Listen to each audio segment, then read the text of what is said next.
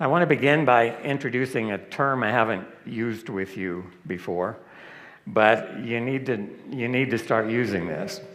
The term is nutrigenomics. And what does that term mean? It's how dietary components, how things we eat, things we ingest, generally refers to food products, how they interact with the genome, that is the DNA that encodes all 25,000 of your genes, to regulate gene expression.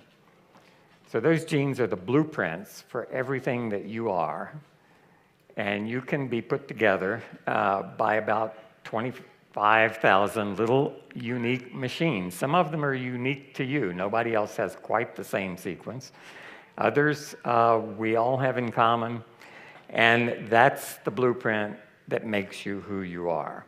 So how things we eat can affect the expression of those blueprints, how the rate at which they're converted into the enzymes that they encode, the little machines that do the things you have to do. This word you all know already, but what is it? What is Protandim? And the definition actually has changed a bit in the last 5 years. In the beginning, what we thought Protandim would be was an antioxidant supplement. Not a conventional one, but a different way of doing it. And that's no longer an adequate description. So this is what I want you to learn and want you to use as you describe Protandim. Protandim is a Nrf2 activator in the nutrigenomics arena, all right? You may not have any idea what I just said, but you have a job, you have an obligation to learn what this means. And I'm going to tell you in the rest of this presentation what some of those words mean. Nrf2, Nrf2, it's an abbreviation for something you don't even want to hear, but it's a long word. Nrf2 is one of the key proteins in your body, in every cell in your body, that has the function of regulating your genome. Yeah, I said you have 25,000 genes that are expressed. Nrf2 regulates about 2% of those, about 500 genes, some of which are turned up, some of which are turned down. You can think of every gene as having a dimmer switch, so just like the lights in your home, and you can turn them up gradually or down. It's not just on off, it's degrees.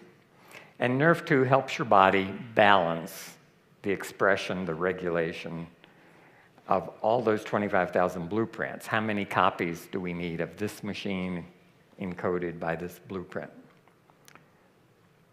And Nrf2 regulates that group, as I said, of 500 genes. They have something in common. They are termed generally survival genes, and they fall into 3 broad categories. Antioxidant enzymes, you've heard about superoxide dismutase catalase that protect you from oxidative stress. But another significant number of those genes are anti-inflammatory genes. They fight the process of inflammation in your body. And another group of them are anti-fibrotic genes. That means they fight the process of scar tissue formation. You might think scar formation is a good thing, and if you cut your skin, it is a good thing. It heals quickly and keeps you from getting infected, and it keeps you from losing blood, all good things. But in internal organs, in your lungs, scar tissue is deadly. It's called pulmonary fibrosis. It's untreatable, and it's fatal. If scar tissue occurs in your heart, it's called heart failure. It means your pump actually fails, and you will die of heart failure. So taken together, these things protect cells in your body when they're in stressful situations. It may be due to trauma, may be due to aging, it may be due to disease processes.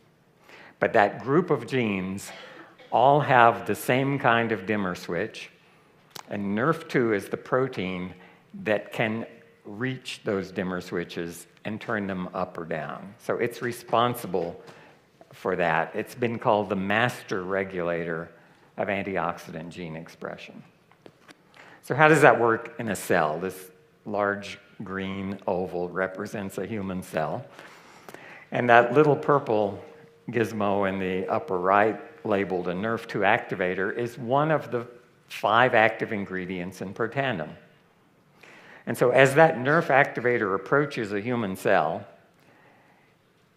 it binds at a specific site. It's called a receptor on the cell surface.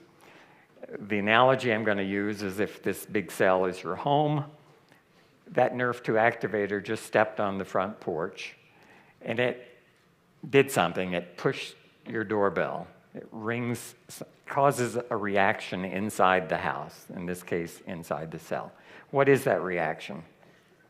Well, if it were the doorbell, you may be sitting on the sofa watching TV, and suddenly you get up, you do something, you have a response. Inside this cell, the same thing happens. When Nrf2 rings the doorbell, as it were, an enzyme called a kinase, what it does is not terribly important, but it's one of these 25,000 gene products, and it's doing its job here to realize that Nrf2 needs to be activated. So this Nrf2 activator, by activating the kinase, brings about a chemical reaction. And there you see a little round red protein labeled Nrf2. That's our signal molecule, messenger molecule. And it's being held inside the cell, but outside the nucleus by another protein here labeled KEAP1.